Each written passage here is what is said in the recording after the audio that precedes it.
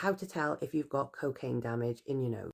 So one of the first symptoms of cocaine damage is a loss of a sense of smell. So if you no longer smell the things you used to smell, like air fresheners, cooking, things like that, or your sense of smell is not as strong as everyone else's, so other people can smell stuff but you can't, that is a bit of a sign. If your nose is constantly blocked, if it's stuffy and even though you blow your nose, nothing's coming out and you're still bunged up, that's another sign that you could potentially have some damage to your nose.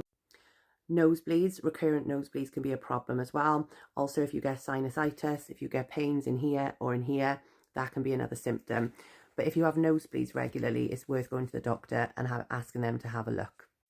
A really scabby nose, so you might get lots of scabs coming out, and that's the membrane of the nose trying to heal itself. And what people don't realize is the most damage that's done to your nose is 2 or 3 days after the use of cocaine. So you may have stopped taking the cocaine, but the damage will still go on for a couple of days afterwards. It'll still rot away at the flesh inside your nose.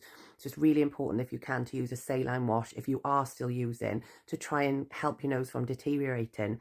Now, cocaine, as we know, will rot your nose, and unfortunately the damage that is happening in your nose is irreversible. There is nothing you can do. There is nothing you can do other than to aesthetically have your nose changed.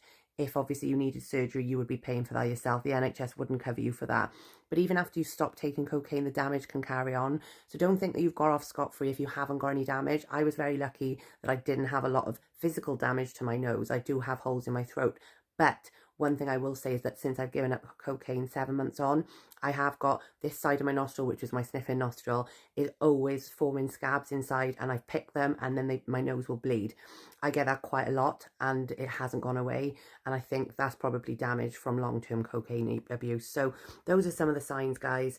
The best thing you can do, obviously, to stop the damage from getting any worse is to stop the cocaine use.